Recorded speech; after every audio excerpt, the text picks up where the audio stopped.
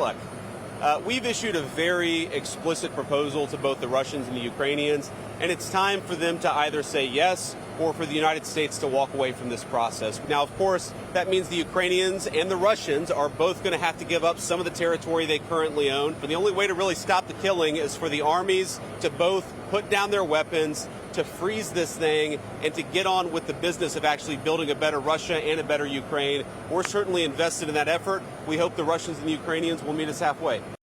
That was Vice President J.D. Vance this morning in India, clearly laying out President Trump's final offer to Ukraine.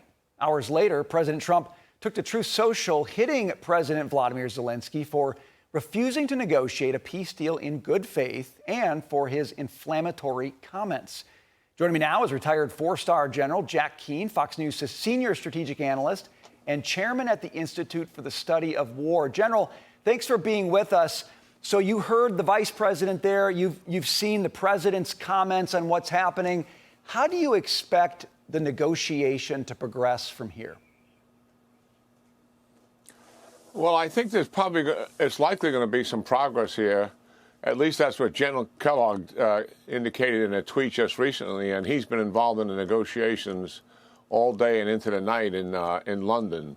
I mean, what's happening here is really unfortunate in the sense that a lot of misinformation and leaking information that just wasn't true about these negotiations. And the case in point that got Zelenskyy fired up here had to do with that part of the deal that he would have to accept. He would have to legally recognize Crimea as being a permanent part of Russia. He can't even do that by his constitution.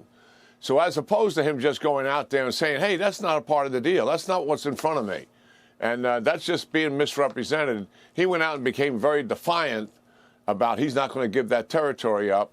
And the messaging really was for his own people because he knows how they would react to something like that. So that's unfortunate. Put that aside. Okay. So where are we here? The reason this has taken so long, and I'm listening to the vice president's frustrations, doesn't have a thing to do with Ukraine. I mean, Zelenskyy made the major concession. I want security guarantees before I go to a temporary ceasefire for 30 days. He gave that up. President Trump pressured him to do that after that disastrous White House meeting. Putin has refused for weeks to go to that 30-day ceasefire. That's why everyone is frustrated. Pin the rose on the man that deserves it, and that is Putin. And he has not gone there, and he keeps wanting more concessions to be made. And we'll see what comes out of this.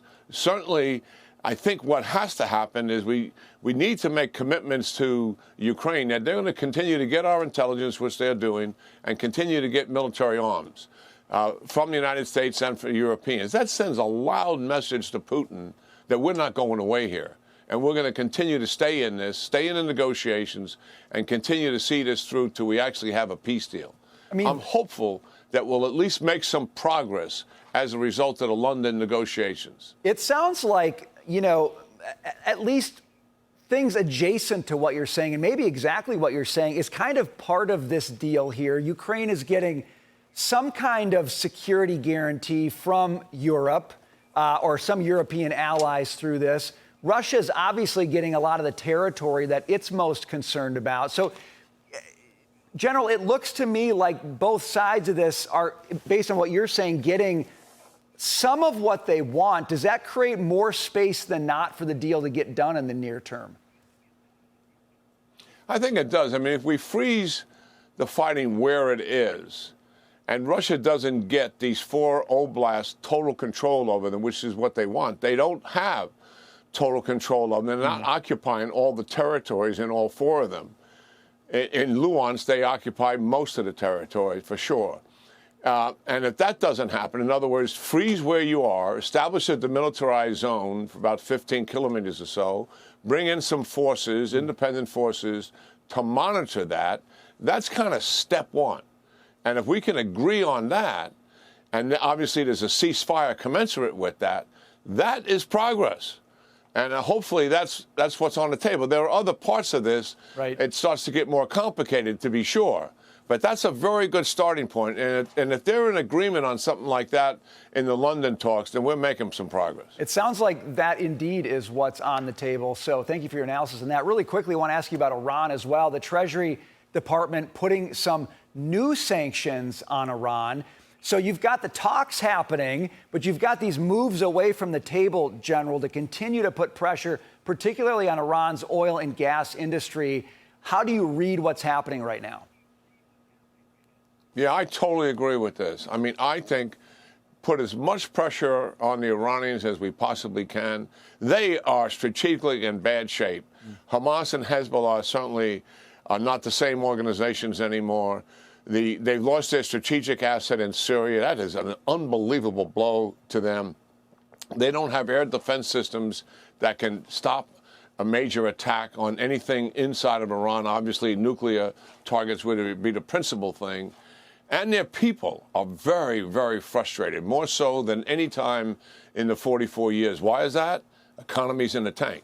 And listen, Brian, they don't blame Iran for the economy. They don't blame the United States and the Europeans for the economy being in the tank. They blame the mullahs. And that is the right way, because the people know full well they take the money if they had it and they would spend it on their proxies, not in improving the quality of life for their people. So Iran is under immense pressure. Wow. And this is a good thing to keep the pressure up and force them into a deal that's favorable to the United States and to Israel. Very interesting to hear about both the external pressure, but also that internal pressure as well. General, we got to leave it there. Jack Keane, good to see you. Thanks for being with us.